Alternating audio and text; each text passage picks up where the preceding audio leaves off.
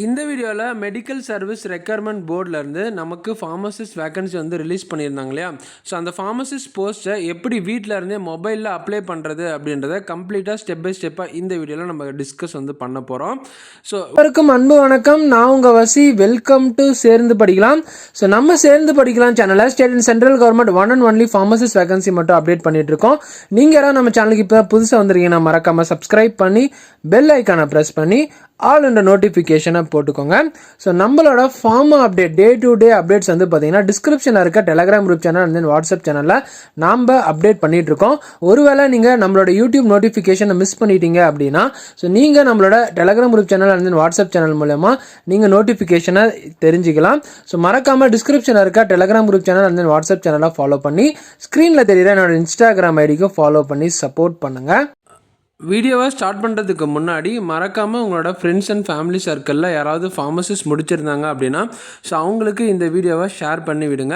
And then இந்த video உங்களுக்கு எந்த அளவுக்கு யூஸ்ஃபுல்லாக இருந்தது அப்படின்றத கீழே வீடியோட எண்டில் கமெண்ட் செக்ஷனில் கமெண்ட் பண்ணுங்கள். ஸோ ஸ்டார்ட் பண்ணுறதுக்கு முன்னாடி ஒரு லைக்கை தட்டிட்டு ஸ்டார்ட் பண்ணலாமா?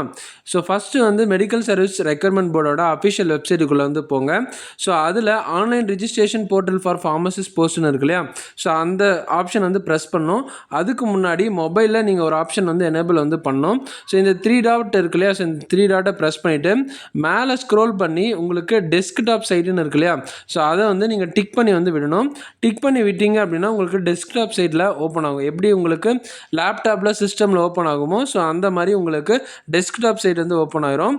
ஸோ இப்போ அஃபிஷியல் வெப்சைட்டில் online registration portal for the post of pharmacist so அதை நீங்கள் ப்ரெஸ் பண்ணிங்க அப்படின்னா உங்களுக்கு ஆன்லைன் ரெஜிஸ்ட்ரேஷன் போர்ட்டல் வந்து ஸ்டார்ட் ஆகும். ஸோ இதில் நீங்கள் ஆல்ரெடி எம்ஆர்பியில் ரிஜிஸ்ட்ரேஷன் வந்து பண்ணியிருந்தீங்க அப்படின்னா ஜஸ்ட் நீங்கள் லாகின் மட்டும் கொடுத்தீங்க அப்படின்னா உங்களுக்கு லாகின் ஆகிட்டு உங்களுக்கான டாக்குமெண்ட்ஸ் எல்லாமே ஆல்ரெடி வந்து அப்லோட் வந்து ஆயிருக்கும்.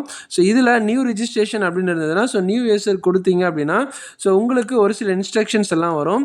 ஸோ இந்த இன்ஸ்ட்ரக்ஷன் எல்லாம் ஜஸ்ட் ஒரு டைம் வந்து படித்து பார்த்துக்கோங்க. ஸோ இதில் ஃபஸ்ட்டு உங்களோட பர்சனல் டீட்டெயில் வந்து அப்ளை பண்ணுற மாதிரி இருக்கும். அடுத்து எஜுகேஷன் குவாலிஃபிகேஷனு, தேர்டு வந்து கோவிட் டியூட்டி சர்டிஃபிகேட்டு, ஃபோர்த் வந்து அப்லோடு ஃபோட்டோ, உங்களோட ஃபோட்டோ வந்து அப்லோட் பண்ணுற மாதிரி இருக்கும். ஃபிஃப்த்து வந்து upload signature, sixth upload documents, ஏழாவது வந்து ப்ரிவியூ பார்த்துட்டு டிக்ளரேஷன். ஆமாம் இதெல்லாம் நான் எல்லாமே வந்து நான் சப்மிட் பண்ணது எல்லாமே ட்ரூ தான் அப்படின்னு டிக்ளரேஷன் வந்து டிக் பண்ணி விட்டு பேமெண்ட் செக்ஷன் கொடுத்தீங்கன்னா ஆட்டோமேட்டிக்காக பேமெண்ட் வந்து போயிடும். ஸோ பேமெண்ட் பண்ணதுக்கப்புறம் லாஸ்ட்டு வந்து உங்களோட அப்ளிகேஷனும் பேமெண்ட் ரிசிப்ட் வந்து டவுன்லோட் வந்து பண்ணிக்கலாம். ஸோ இதுதான் டோட்டலாக வந்து பார்த்தீங்கன்னா 10 ஸ்டெப் வந்து வரும். ஸோ இது எல்லாமே கீழே வந்து ஸ்க்ரோல் பண்ணி முடிச்சுட்டு டிக்ளரேஷன் வந்து கொடுத்தீங்க அப்படின்னா கண்டினியூன்னு வந்து கொடுங்க. ஸோ கண்டினியூ கொடுத்தோடனே உங்களுக்கு வந்து ஃபஸ்ட்டு ஓப்பன் ஆகும். ஸோ இதில் ஆன்லைன் ரிஜிஸ்ட்ரேஷன் ஃபார் ஃபார்மசிஸ்ட் 2025 வந்து ஓப்பன் ஆகும். So post for applying pharmacist already அதில் டிஃபால்ட்டாக வந்து இருக்கும்.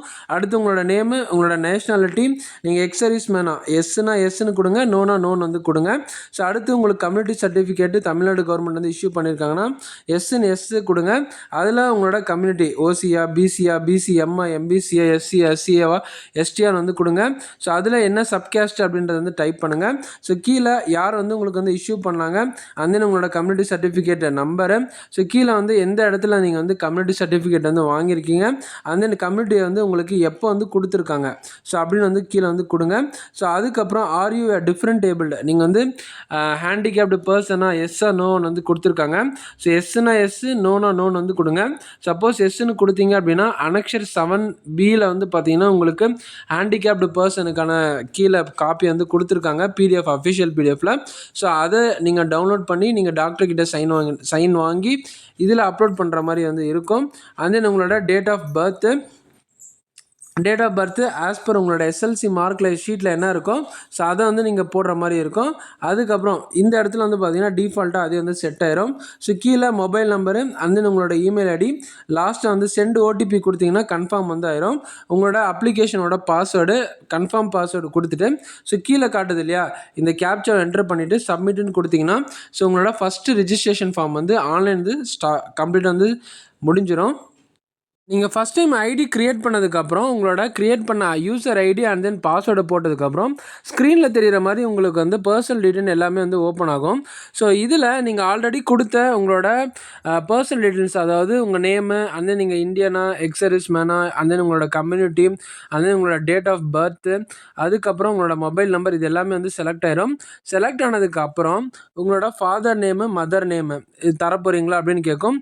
ஸோ ஃபாதர் அண்ட் மதர் நேம்னா உங்களோட அப்பா அம்மானோட நேம் வந்து தரணும். மேரிடா இல்லையான்னு கேட்டிருக்காங்க. ஸோ மேரிட்னா எஸ்னா எஸ்ன்னு கொடுங்க, நோனா நோன் வந்து கொடுங்க. அண்ட் தென் உங்களோட நேட்டிவிட்டி வந்து கேட்டிருக்காங்க. ஸோ நேட்டிவிட்டி நீங்கள் எந்த டிஸ்ட்ரிக்கு அண்ட் தென் என்ன ஸ்டேட் அப்படின்றத வந்து கொடுங்க. ஸோ இதில் நீங்கள் மேலா ஃபீமேல் செலக்ட் ஜெண்டர் கொடுத்துருக்காங்க. மேலா ஃபீமேலா அப்படின்னு வந்து கேட்டிருக்காங்க. ஸோ மேல்னா மேலு, ஃபீமேல்னா ஃபீமேலுன்னு வந்து கொடுங்க. அடுத்து ரிலீஜன் வந்து கொடுத்துருக்காங்க. ஸோ நீங்கள் எந்த ரிலீஜனோ அந்த ரிலீஜன் வந்து கொடுங்க. அண்ட் தென் லாஸ்ட்டாக are you already in government service, நீங்கள் ஆல்ரெடி கவர்மெண்ட்டில் ஒர்க் பண்ணிட்டு இருக்கீங்களா அப்படின்னு வந்து கேட்குறாங்க. ஸோ எஸ்னா எஸ்ன்னு கொடுங்க, நோனா நோன் வந்து கொடுங்க. அடுத்து உங்களோட ஃபோட்டோ ஐடி ப்ரூஃப் வந்து கேட்டிருக்காங்க. ஸோ ஃபோட்டோ ஐடி ப்ரூஃபில் உங்களோட voter ID, driving licence, passport 3 வந்து கேட்டிருக்காங்க. சப்போஸ் நீங்கள் ஓட்டர் ஐடின்னு கொடுத்தீங்க அப்படின்னா உங்களோட ஃபோட்டோ ஐடி ப்ரூஃபோட கேட்டிருக்காங்க. ஸோ உங்களோட ஃபோட்டோ ஐடி ப்ரூஃப் வந்து கொடுக்கணும். ஓகேங்களா? உங்களுக்கு அட்ரஸ் டீட்டெயில் வந்து கேட்டிருக்காங்க. ஸோ அட்ரஸ் டீட்டெயிலில் உங்களோட பர்மனெண்ட் அட்ரஸு எப்படி உங்களோட ஆதார் கார்டில் இருக்கோ ஸோ அதே மாதிரி வந்து மென்ஷன் பண்ணுங்கள்.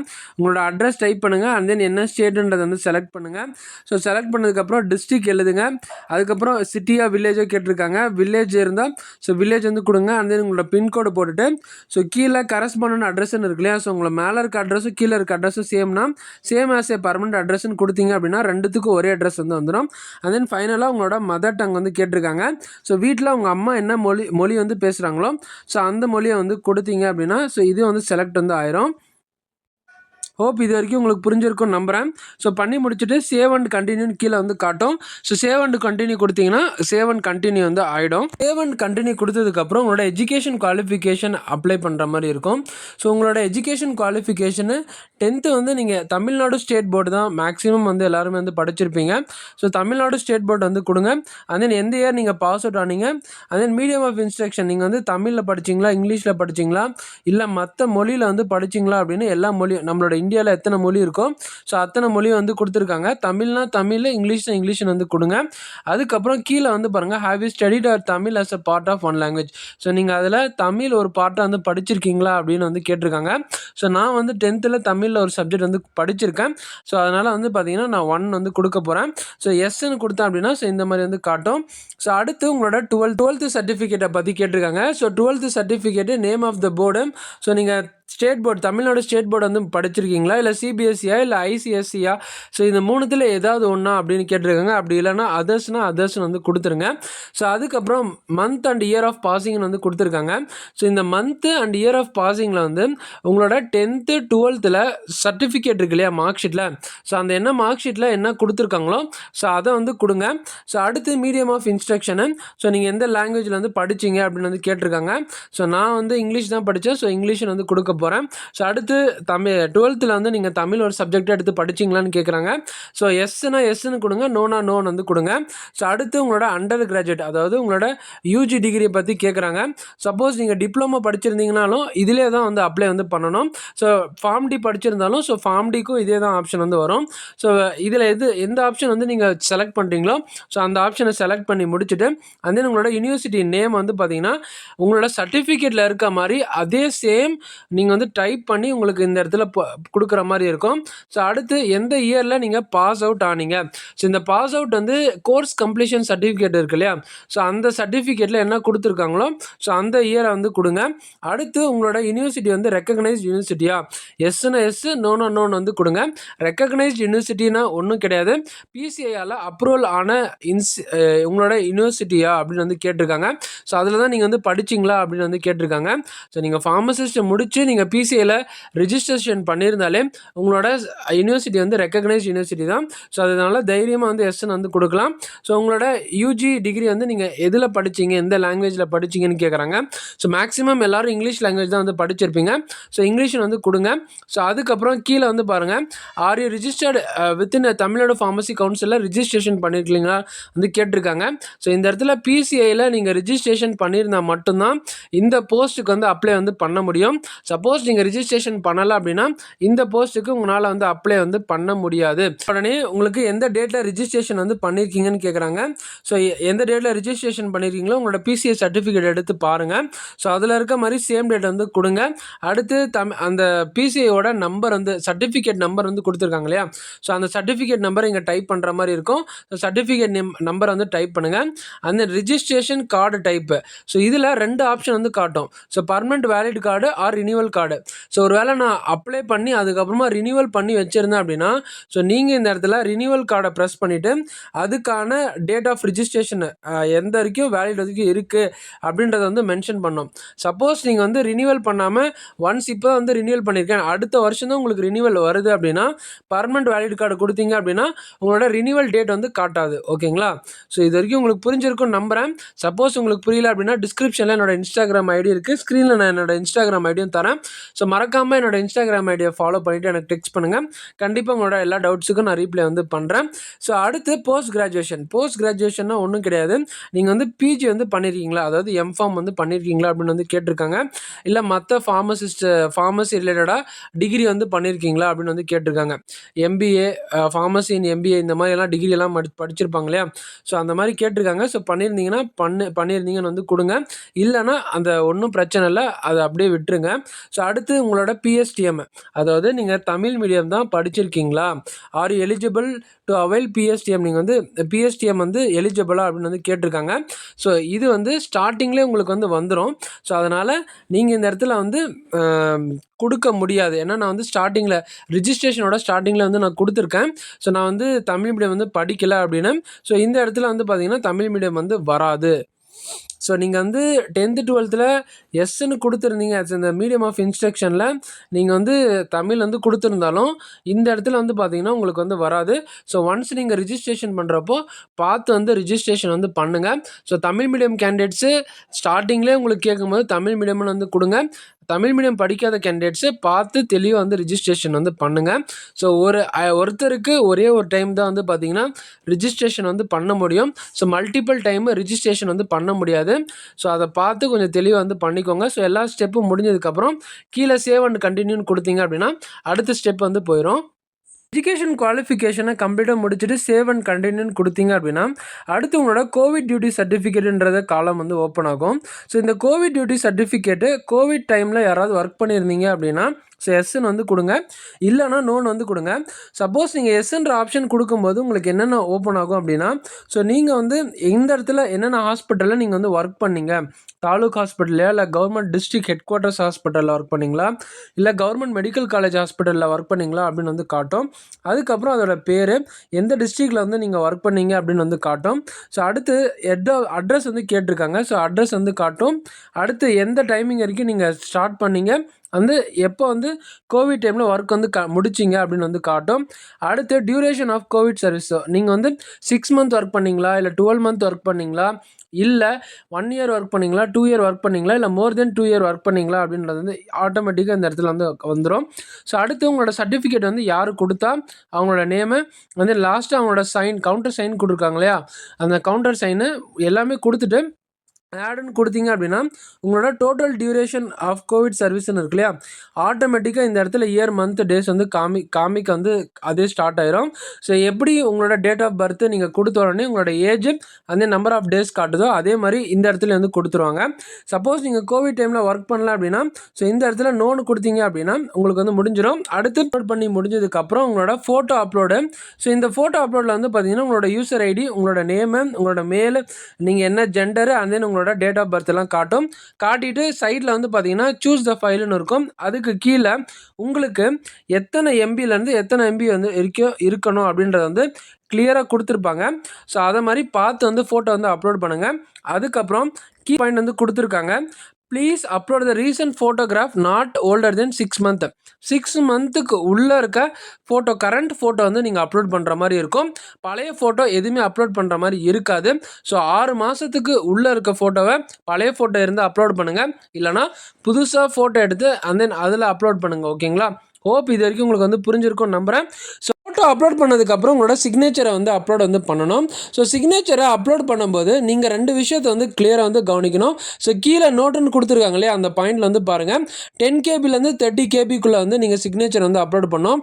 ஸோ அடுத்து 2வது பாயிண்ட் தான் முக்கியமான பாயிண்ட்டு. நீங்கள் கிளியராக வந்து பாருங்கள், ஒன்ஸ் உங்களோட சிக்னேச்சர் கிளியராக இல்லை அப்படின்னா அந்த போர்ட்லேருந்து பார்த்தீங்கன்னா உங்களோட அப்ளிகேஷனே, இந்த ஒரு சிக்னேச்சருக்காக உங்களோட அப்ளிகேஷனே வந்து பார்த்தீங்கன்னா ரிஜெக்ட் பண்ணிடுவாங்க அப்படின்னு கிளியராக நோட்டில் வந்து கொடுத்துருக்காங்க. ஸோ தயவு செஞ்சு உங்களோட சிக்னேச்சரை கிளியராக தெரிகிற மாதிரி அப்லோட் வந்து பண்ணுங்கள். இல்லைனா உங்களோட அப்ளிகேஷன் டோட்டலாக வந்து ரிஜெக்ட் வந்து பண்ணிடுவாங்க. சிக்னேச்சர் சப்மிட் பண்ண முடிஞ்சதுக்கப்புறம் அடுத்து உங்களோட டாக்குமெண்ட்ஸ் வந்து சப்மிட் வந்து பண்ணணும். ஸோ டாக்குமெண்ட்டு சப்மிட் பண்ணுறதுக்கு முன்னாடி உங்களோட டாக்குமெண்ட்டோட ஃபைல் நேம் வந்து ஒரு டைம் வந்து செக் பண்ணி வந்து பாருங்கள். ஸோ அதுதான் வந்து நோட்டில் வந்து 3rd பாயிண்ட் வந்து கொடுத்துருக்காங்க. உங்கள் ஃபைலில் வந்து பார்த்தீங்கன்னா அந்த percentage, Ashu, star, and, plus, dollar இந்த மாதிரி சிம்பிள் எல்லாம் இருந்தது அப்படின்னா ஸோ உங்களுக்கு வந்து அந்த ஃபைல் வந்து அப்லோட் ஆகாது அப்படின்னு வந்து சொல்லியிருக்காங்க. இப்போ நீங்கள் ஃபஸ்ட்டு கம்யூனிட்டி சர்டிஃபிகேட் வந்து அப்லோட் பண்ணுறீங்க அப்படின்னா ஸோ அந்த இடத்துல நீங்கள் வந்து கீழே ஐஃபோன் கொடுத்துருக்கேன் இல்லையா, ஸோ நான் கொடுத்துருக்க ஃபார்மேட்டில் நீங்கள் கொடுத்தீங்க அப்படின்னா ஸோ உங்களோட எல்லா டாக்குமெண்ட்ஸும் வந்து பார்த்தீங்கன்னா அப்லோட் வந்து ஆகும். Community, SLC, HSC, UG degree certificate, அதே டிஎன்பிசிஐயில் ரிஜிஸ்ட்ரேஷன் பண்ண சர்டிஃபிகேட்டு.